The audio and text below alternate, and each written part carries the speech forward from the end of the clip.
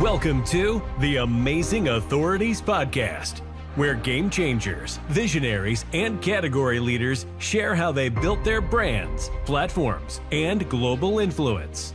Your host is Mitch Carson, international speaker, media strategist, and creator of the Instant Authority System.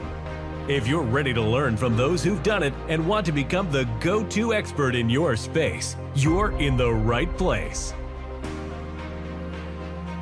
Today's expert, Chris Capuano, hails from New York City, specifically from Long Island, New York, but he is the author of the soon-to-be best-selling book, No Ceiling, No Excuses, and that's his website. So if you're to reach out to Chris, and you're going to want to after this interview, we had a nice little chat before we got into this, and he's here to share what he can do for you and your small business, local business, to grow and prosper with no ceiling, no excuses. Chris, welcome to the show.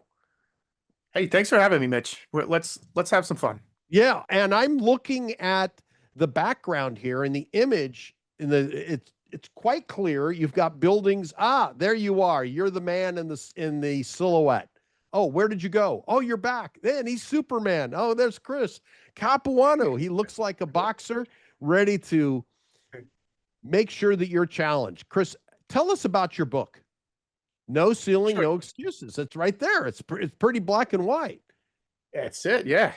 Technically tan and green, but I like it. Yeah. No Ceiling, No Excuses is a book I just dropped for my 35th birthday, first book ever, about maybe 4.5 weeks ago now. My goal is to sell 1,000 copies. We are on pace. Hopefully it happens pretty soon. Just got to keep getting on a few more of these awesome shows. Hopefully all your listeners buy one, puts us over the edge. That would be awesome. And I'm going to buy one and review it. And you get the Yellow Chicken Award for writing a book. Everybody gets acknowledged. You get 3 squeezes. That is important. That is valuable. Wow. Thank you. That's pretty freaking cool. You're the first person to give me a 3 squeeze chicken. So all right. Well, I always like to be first, not second, first. And each early bird gets the worm, just right? so you know the flow of the show, every time you drop a bomb of value, you get the green chicken because that's money, baby.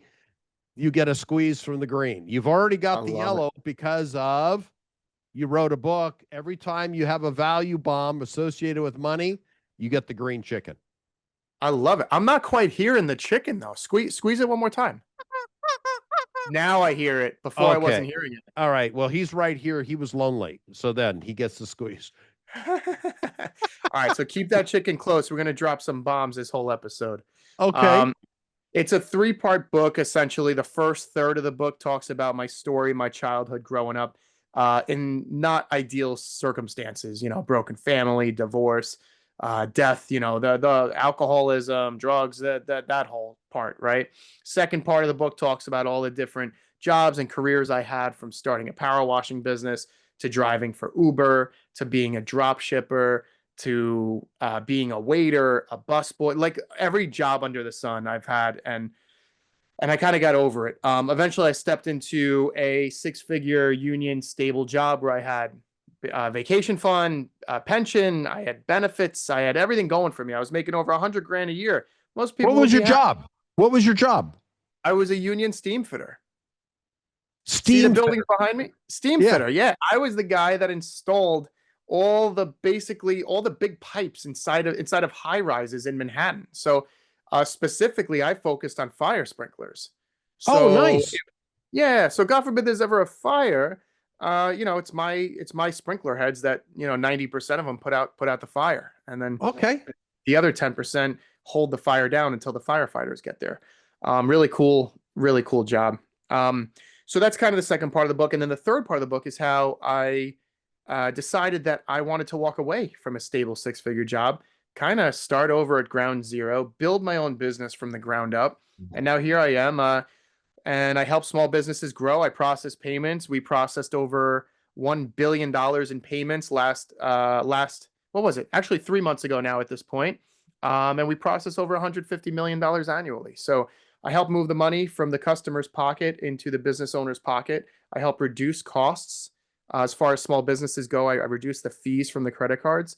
I give better technology. I give better tech support, and I give better point of sale systems than most other people can. And if you're a small business owner and you want to work together, reach out to me. Just go to my website, shoot me a message, www.noceilingnoexcuses.com. I love the title of your book, but let's go back to processing fees. Like I run my merchant account through Stripe and PayPal. And are there better options out there? Yes and no. I mean, Stripe and PayPal, they have their fees, whatever, 2.9%, 15 cents. And then if you take it over the phone, it's another 30 basis points, and they slap you with all these fees left and right. I mean, look, my company gives competitive, rates as far as those are concerned. We also offer something that they don't offer, which is the ability to completely eliminate the fees by passing it on to, the customer. It's not right for every business, but some businesses it makes sense for. So it's just a conversation that's maybe worth exploring. Okay. Well, yeah, I mean, they're the two of the big ones. I know I've been with PayPal for a number of years, but the challenge with them is there was an occasion where they basically held my money hostage because of too much activity. And a lot of people have that issue, yeah. And it was cash flow. It was no screaming, yelling, threatening, crying, begging. Got my money released.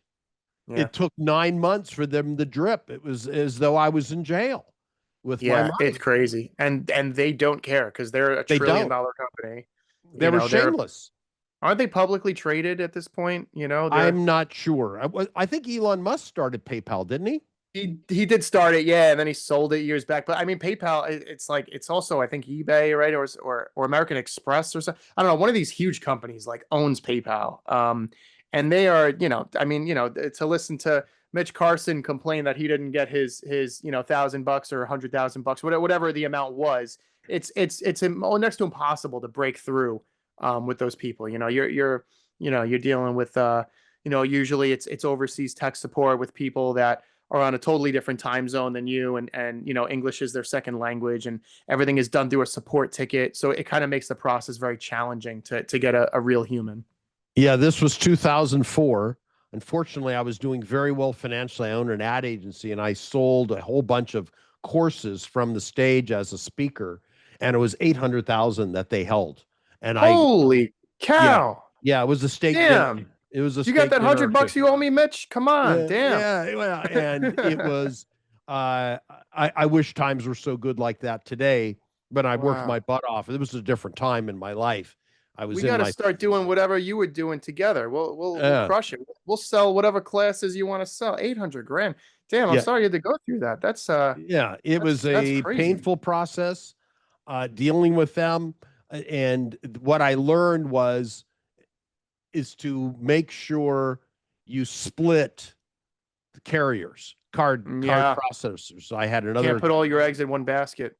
No, I learned a very expensive lesson. Fortunately, I had cash reserves to cover it, but it was scary because I could do nothing. It was part. You have to read the terms of our service, of our merchant agreement.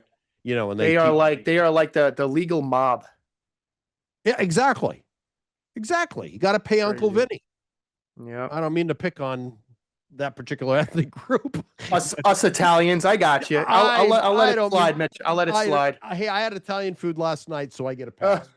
All right, so you get a pass. Yeah, spaghetti and meatballs last night. Don't worry about it. I did, with garlic bread and a pizza. Just forget about it. You'll be fine. About it. So who do you typically help, Chris? I try to help small business owners. I try to help people that are feeling stuck. I try to help people that are hustlers and they don't kind of know what direction to go. Those are kind of the three types of people. Are they retail establishments? I mean, you're in New York. Could it be the local grocer? Could it be the dress shop? It could be. Exactly. All of them, Okay. all of the, it could be anyone that takes credit cards. I work with Okay. hair salons. I work with auto mechanic shops. I work with bakeries, pizzerias, a lot of food because I love food, man. So if You're I could work, Italian. What do you mean? that's it. Yeah. And of course, most of them are pizzerias. And I got to start signing up some more salad places. So I start going the opposite Balance your direction of the diet there, scale. bud.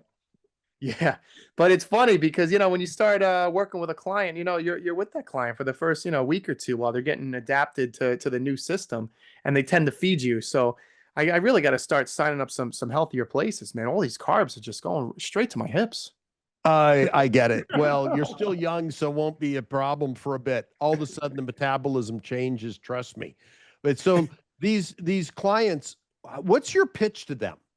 People have got merchant accounts, but what makes you different? I'm going to put you on the spot a little bit, but I know you can handle it. Yeah. No, so I try to think of sales like I'm not like pitching someone. So I look at sales like how can I help someone, and if I can't Sure. help them, I move on to the next person. But usually I'm able to help people in one of three different ways. It's Okay. usually either service, they're either not getting service or they're getting bad service, right? So I come in and I tend to give much better white glove service than they're used to. Okay. It could be cost savings, so saving money, right? That's a big one. Usually I'm able to save at least 20 to 30% of the fees that they're currently paying. And now we have a program out that eliminates 100% of the fees that they're paying. And then three is going to be technology. So I'm sort of a payments broker. So it's my job, my responsibility to ask the right questions with whatever business owner I'm speaking to try to find the best solution for that specific business's needs. It may not be POS A, it might be POS B, it might not even be a POS, it might be a separate credit card machine. It depends. So it's my job to leave no stone left uncovered and try to find out the best option for that specific business. All right. So it could be the dress shop or the pizza place, all these small businesses in the locale. Are most of your clients local? I mean, or could you handle Yeah. somebody, God forbid, in Jersey? Well, no, I mean, look, I mean, I know Jersey is kind of like the armpit of the United States, but I have nothing against New Oh Jersey, my gosh. Oh my even though gosh. they're just living in New York shadow, we'll let it slide. Oh gosh. Oh gosh. You're going to I love create a Six fight Flags here, Great buddy. Adventure. I love Six Flags Great Adventure, so I'm a fan of Jersey. Yeah. So and look, I have clients in right now. I think 16 states. So Okay. I love to have a client in all 50. When they're out of state, the relationship is just usually it's a little different. If it's a big enough client, I'll get on a plane and I'll fly out there and I'll be on site for up to a week to try to help with the installation and everything. But if it's a smaller client, usually I'll just ship the equipment to them and we'll do like a FaceTime call as needed. But yeah, about 80-90% of my clients are within the tri-state radius. Most are on Long Island, a lot are in Queens, some are in Brooklyn, and I got a bunch in New York City, right in Manhattan. So yeah, mostly local. But if you're a listener and you're not local and you're within the 50 states, feel free to reach out to me as well.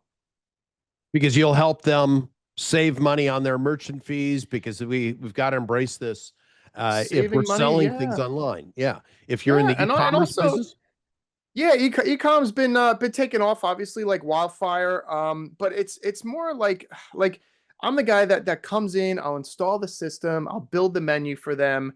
I'll teach them how to, build in modifiers or set up the kitchen printer to print correctly. Like a lot of hospitality loves working with us because the other two players, you got Square and you got Toast, and there's just the support with them, all I hear is that the support is like insanely bad between having to open up support tickets and waiting 24 to 48 hours to get an answer or a response. And with me, it's like my clients just text me. They're like, hey, Chris, our kitchen printer was left under the heat lamp and we melted it. It's Friday night. And I'm like, I'll be there in an hour.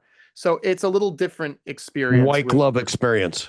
yeah. And it's like, who wants to call a 1-800 number or send an email or open up a support ticket just to get a response? Like, if there's one thing that COVID taught me, it's just that like people want a real human like now, and they don't want to have to deal with like sitting on hold and pressing one because you speak English and four for technical support. Just call a number and someone answer. And that person that answers, I don't want to get transferred. Just fix my problem.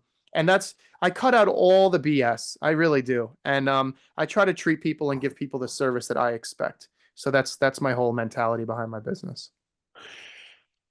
What prompted you? What was the pivot point where you left a six-figure job? I saw the ring in your finger. You're married, correct? Good eyes. Okay. Yeah, I saw that. I have two of them. There you And go. I don't know if you have kids yet. Do you have kids yet? No kids. No No, kids. not yet. All right. But you have a wife. And was she supportive of you leaving a six-figure union job, which is coveted in New York Mhm. City? I know Yep. that. I I lived in know. New York for 1 year on the Upper East Side. And I Oh, there know you that go. a union job is coveted because it's very Yeah. expensive to live there. How I what was, happened in that yeah. dynamic? I mean, look, I was in probably one of the best unions that you could get into, local 638 steam fitters. And it was an amazing, amazing job. And I did it 7 years prior to getting into the union, working for my brother. And then I got into the steam fitters union and I worked in the union for another 7 years. So I'll tell you, when you're doing construction for 14 years, your body kind of gives you clues like, I don't know if you want to keep doing this another 30 years, you know? So like, the knees start to give you zinger pains here and there, and Yep. waking Yep. up every day at 4:30 in the morning, 5:30 in the morning gets old after a while. Working 6 days a week, sometimes 7 days a week. Yeah, if you hit 200 grand that year, that's an amazing year, but you are a zombie if you're hitting 200 grand a year. Normally you make like a buck 20, a buck 30. Then you're a So slave to the job. yeah, and then you got the golden handcuffs, I call it. So I Sure. didn't like the fact also that I could work my ass off and I could get more done in a day than the guy next to me, and we were getting paid the same. That kind of drove me nuts. And I didn't think that that was fair. So that was my ceiling, right? And I decided that I don't do well with ceilings, and I wanted to smash and blow past that ceiling. And the no excuses part comes from growing up in the broken family, and a lot of people would have used that as an excuse to convince themselves and other people that that's why where they're not where they want to be, as opposed to using it as the fuel and being like, okay, well, you know what, now that's going to give me a reason to work my ass off even harder to get where I want to go. That's a big decision. I Yeah. find very few people that have enough confidence. Did you have a nest egg put aside before you made Yeah. the change? Okay. Yeah. Okay, so I'm not as bold as I may be coming across right now, because what I was doing 3 years prior to leaving was building this other company on the side. Sure. So by the time I decided to essentially get laid off kind of on purpose, and whatever. And I could have fought to keep my job. And I decided at that point, like, and just to give you like the quick story behind it, right? So like we went out to lunch, it was 12 o'clock. We come back in, me and my partner, it's 12:30, maybe 12:35, the latest. And we had to go get material on the other side of the job site. And we got the material. We're in the elevator. We're coming, it's like an 80-story building. So we're in the elevator coming up. Now it's almost 1 o'clock at this point, and now the foreman was where we were supposed to be, but we had to go get material from the other side of the job site. So he's calling us, and like we're holding heavy boxes, so we couldn't answer the phone. So we go now where we're set up, and we see the foreman there shaking his head because he thinks we're coming in late from lunch. So now, instead of me trying to convince this guy that I was actually doing the right thing, which there was no getting across to this guy, I was just like, you know what, dude, lay me off if you think I was trying to get one over on you, because I took that as like my golden moment. And I was like, you know what, maybe this is a sign, from God that, hey, this is maybe a pivotal moment in your life. And I took it, and I could have got hired literally the next day by 10 different companies. But I decided to dive headfirst into this job because I did build it up for the prior 3 years. Was he shocked that you gave him that response because he was being a dickhead? And you know, he was already on the phone with the project manager ratting us out, and my partner was all upset, like, he didn't have Chris, the same I backup. should have answered the phone. And I'm like, dude, Tony, like, yeah, I get it. I kind of felt bad because like this is still what he does, and I'm still very close with that guy Did he today. get And canned too? Did he get canned yeah, also? you know what it is with steam fitters. We work in units of two, and you can't lay off just one guy. You have to lay off the entire gang. So Okay. you lay off two guys at a time. Oh, poor guy. So he didn't have a back. He didn't have a No, he ended up getting another job somewhere else like the week after. So this is one of those jobs. It's like, I don't know, man. It just, it bothers me when I knew that we were doing the right thing, and it's all an image. It's all a game. One of my chapters is called learning to play the game. And, like these little just moments just kind of drove me nuts. And I don't like working for someone else. I'm like, dude, let's look down on a piece of paper. You want me to highlight what I got done in a day versus someone else? I guarantee you it's more. So like, why are we even going through these motions? Excuse my voice. I've been on like 5 shows today. No, no problem. No problem. So yeah, you sound great. Thank you. How long did it take you to replace your income when you went on to the entrepreneurial journey? Okay, so by the time I got laid off, it took me about a year to make what after I was. It took me about a year of like after I got laid off to kind of make what I was making in the union. You know, so it took about a year, and then I don't know. Within 5 years, I'm making 10 times what I was making back then. So and now I'm learning to scale and delegate and hire people. So I've learned to surround yourselves with people that are smarter than you and want to work as hard, if not harder, than you. And just kind of like letting go of control, I think for me was kind of one of the harder things to learn to do. So you planned this. You planned your exit. Like some people make this entrepreneurial jump without a nest egg or without a plan. So you planned it, you executed later, and your poor partner, he's still doing it then, huh? He's still doing it. He came to my book release and he was fully supportive, and I love him like a brother. We have an amazing relationship, and it's so funny how now I went from blue collar to white collar essentially, right? And Yeah. we're both living totally different lives, and he's still doing his thing. He's happy. I'm so happy for him. And every day I was on the job site, I was just thinking, I'm like, I felt like I was in jail. I'm like, how can I bust out of here? I'm like, I don't like. I always say job stands for just over broke. So I'm like, Right, right. I gotta get out of this. I felt like I was just trapped. Well, that's an interesting shift because you paid the dues, paid your dues. You had a stable job, and then there was that year of a flex where you believed in yourself enough to where you were able to duplicate your income, and then eventually you leapfrogged it. Like you said, you're making much more now. Exactly. And so you know what the thing was so the last 3 years before I got laid off with the union, before I walked away with the union, however you want to phrase it. Uh-huh. I was getting off work every day at like 2:30, maybe 3. Uh-huh. And I get home, I'm walking to my door at 4 o'clock. I'm not the type of guy to just sit on, in a lazy boy and drink a beer and watch the Mets game. I hate sports. So I'm like, I got to make use of my time here. So I found a business that lets me work when I want to work, as hard as I want to work. There's no limit. It's what's the word when you keep stacking on top of each other? Building. It is. Yeah, building exactly. and growing.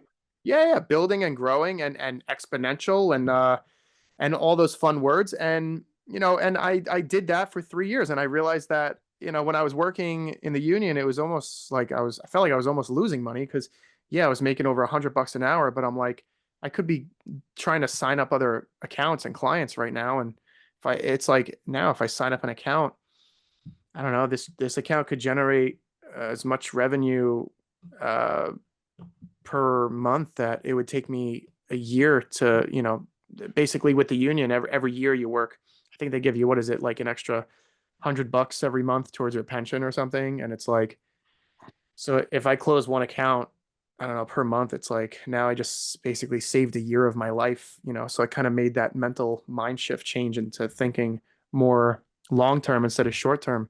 And that was a big change. That deserves the green chicken. Is that right there? What you're sharing is you're paying your dues and your knees are saying thank you because I had a similar story I'll share. My father was a drunk and I didn't meet him until I was 17. Personal story. I haven't shared this on a podcast before, but you mentioned it's like, oh, this gives me permission. I don't care. My age, people judge me harshly. They can pound sand. I don't care. But he came to visit me and I was working myself through college. It took 8 years because I had to work full time and had to do a few classes at a time to finally finish. And I was working in a freezer. I was the frozen foods clerk for a grocery chain called Rouse in Los Angeles, where I I live. know, Rouse. Yeah. Yeah. So I was with Rouse and was working frozen foods. And my father came one time to visit me and he said, you don't have much of a personality. And you ought to stay in the freezer. You have benefits. I was union. I had good Wow. medical, dental. I was part of local union 770. I There remember you that. go. Yeah. Local union 7. I paid my monthly to the union, and they had my benefits, and I was making a Mhm. good hourly wage back then. Nothing Great. like you were making, $100, not even close to that. It was, I don't know, $12, $13 an hour, whatever it was, as a store clerk, because I was a Yeah. clerk stocking frozen foods. Yeah. I should have been a pipe fitter, but I think I'm glad I didn't go that route because I might have been resistant to leave. And back Mm. then, I mean, this is obviously there's a little bit of an age gap here, so the wages were quite different back then. I made enough to live a life, pay for a car, pay for an apartment, but it was just an existence. Yeah. Would have been a cage of income because if I had ever gotten Golden married bird on cage. that income and then kids, I'd have been 6 days a week for the rest of my Yeah. life, and my knees would have been they're already shot because of sports for other Yeah. reasons. But to Yeah. be on my knees and stacking, stocking ice cream and doing all this stuff, Yeah. it would have been But an early grave. that's an incredible story. And you realize that you could work your butt off and you'll never make more than X. And you wanted to make more than X. And there's some people out there that they are happy making that. And God bless Nothing them. wrong with them. There's absolutely nothing wrong with them at all. I almost wish that was me, but it's not me. I'm just wired differently, which everyone is Same wired here. differently. Same here. For But I better did it, or for Chris. worse. I did it out of defiance to my father, who was not there. It was an Yeah. emotional catalyst for me. You're like, Because I'm he going to would- prove you wrong. Yes. And I Yeah. proved him wrong because I make more money in a year than he ever made in his entire life, cumulative. And how good does that feel? Oh, I mean, he's long gone. And Yeah. I didn't have much of a relationship with him. And, I don't want to make this a sob story, but it was a motivation story. It was, Yeah. I'm proving you wrong. And I do have a personality. And I've spoken on stages in 63 countries around the world. Wow. I'm a TV show host on NBC Channel 3 in Las Vegas. I air my shows there. So Damn, that's great. I had no aspirations at that level, but sometimes it takes that motivation of a catalyst. What was the emotional catalyst for you? There has to be something because we're no different. We're entrepreneurs. We're doing this, but it was more than the money. Who did you answer to where you didn't want to be to where you are now? And financially free, essentially. If you're making 10 times that's very good money. You're doing very well then. I luckily am doing very well. And I'm honestly really, really grateful for every opportunity that I get. I was extremely grateful to get into the Steamfitters Union. Right. And I thank God every day for the opportunities that come across my way. But I also do work my ass off for everything I have. And Right. my older brother, he's kind of a driving force behind me because Mm. he's 10 times more successful as far as financials go than I am. He is one of the largest, most successful construction companies in the entire state. And Wow, good for him. yeah, he does extremely well. He's got, the wife, the kids, the boats, the Porsches. He's got every toy under the sun, Okay. So he's got his own fire truck, this guy. Oh I don't my even know gosh. how or why, but I was just at my 1-year-old's birthday, my nephew, his kid, and he had the freaking fire truck in the driveway, and he had the fire hose going, and they had Dalmatians, and they had clowns juggling, doing magic shows. It was something out of it looked like a Kardashian birthday party. It was just so Oh my funny. gosh. And Pretentious, huh? it makes me love him and hate him at the same time because it's like if the attention's not on him, God forbid, But I mean, look, he's the driving force, right? So I guess I'm living in his shadow in a sense, So I can't wait to kind of give little digs here and there. I don't know. I'm very competitive. We've always been competitive, me and But him, you guys get along. You get along. We get along very well. Yeah. Okay. We get along. So very he's been well. supportive, not poking. No. There's always, a hint of like him throwing a dig at me, like I'm building a house right now and he's like, "Oh, you think it's only going to take 12 months? I know it's going to take longer than that. Why don't we bet on it?" And he's Oh always God, trying to like, one up you with that's that type of culture. stuff. That's culture. Yeah. And I'm like, dude, shouldn't you be rooting that like your little brother like builds his house quicker than he thinks, not longer? I'm like, you're such a dick. Like, I laugh. That's very New York and also subculture Italian. yeah. I'm an Italian New Yorker. I mean, I'm Right. literally like I get it. I hate to generalize, but the generalizations work in some case, and this is in a fun way. Absolutely. I don't want Yeah. Ocasio-Cortez coming after me for making a racist joke. Oh, I literally love spaghetti and meatballs. I will literally say forget about it. Like Right. there are generations for reasons, so there's nothing wrong with them. It's just as Well, long wait, as you use wait. them in a positive light. Yeah, AOC is coming after you. Be careful. She's coming after everyone. So what are I you gonna know. do? I just What I are you gonna laugh. do? I live in Thailand, but of course I still follow American politics. It's my Oh home yeah. country, and I see Yeah. her and I cringe. And I don't It's care if yeah, I mean, anybody dislikes what I'm saying. I don't care. no, it's just it's so crazy. The world is upside down as far as politics goes. I don't know. Did you see the new guy running for mayor in New York? No, who's this? I don't know. He's some guy. Google him. I'm gonna butcher his name. Guy wasn't even born here. Oh boy. I think he's Muslim. Could be wrong, but either way, look, what I have against the guy personally is his policies. He wants to give everything away for free, right? I actually love Muslims, by the way. I have a lot of That has Muslims. nothing to do with religion. They're good Yeah, it people has nothing in to do all, with that. bad I'm just people I'm in just all trying to religions. describe this guy. He's young. Yeah. He's like in his 30s, the guy. Oh wow. So yeah, look, and I'm all for young people, but his policies suck. He's trying to give away everything. He's trying to say, "Oh, we're going to do supermarkets run by the government. We're trying to do free buses." And I'm like, "Dude, the bus fare is like, I don't know, $2 or something." I'm like, "I get it. Like everyone needs help, but like I don't think people realize that like all the free stuff other people are paying for." So it's just like he want it and it's like I don't blame people for liking him because on paper it sounds like, "Oh, this makes sense. Everything's going to be free. It's going to be great." Until you Who's going to realize pay for it then? exactly. It's Exactly. That's the gotta whole be. It's an thing. economic model. You got to pay for this. New York is the most expensive city in the world. New York City, if you live in Manhattan, you're paying the highest taxes in the freaking country. You Exactly. have city 100%. tax on top of the state tax, and the federal I is don't know. everybody. And it's coming back, and it's like apparently he's doing pretty well in the polls. Never thought I would be rooting for Adams, but here I am. And I don't know. We'll see what happens here. Well, I'm disconnected. Does that have any effect on your business? You know what it is? A lot of my clients in Manhattan are scared because if he wins, then they think that the economy is gonna basically take a dump and just go down like the tubes. It's gonna go back to 2020 when everyone was scared to spend money or not spending money. Um, and it's also like the cost of everything is just gonna go way up because inflation is just gonna keep going up. So I mean, look, a lot of my clients are worried that if he wins, then that's going to happen. But I mean, dude, I try not to get into politics with stuff because I'm kind of I don't know, like a lot of the clients feel one way, sometimes you feel the other, and it's like whatever the news says. I've learned you kind of have to believe the opposite, So it's kind of it's like you don't know where to get your news from at this point. No, that's true.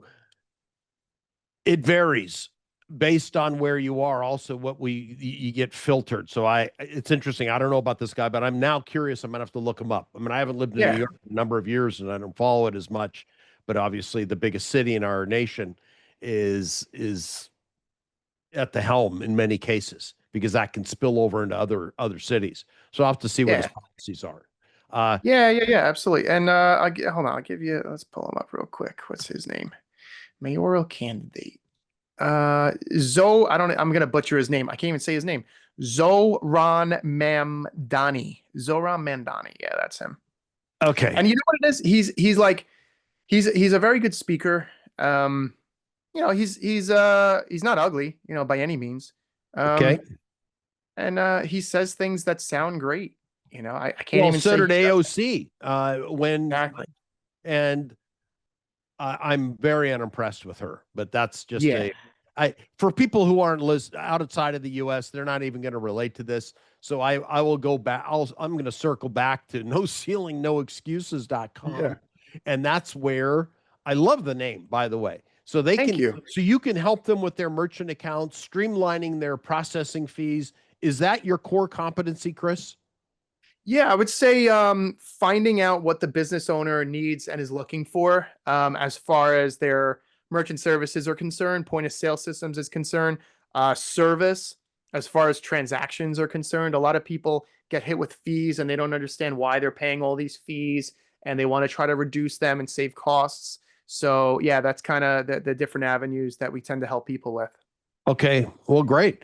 So go to noceilingnoexcuses.com. Chris Capuano, forget about it. Forget about it. He's a native New Yorker to the core. I can hear it. Italian, baby. Italian. Oh, buddy. I think I need a pizza later after this conversation. Chris, you've been a great guest. Thank you for your time today. I appreciate it. Thank you very much for having me on, Mitch. That was Thanks for tuning in to the Amazing Authorities Podcast. If today's episode inspired you, take a moment to subscribe, rate, and leave a review. It helps more experts like you rise to the top. For behind-the-scenes access and free resources to boost your authority, head to mitchcarson.com. Until next time, stay amazing.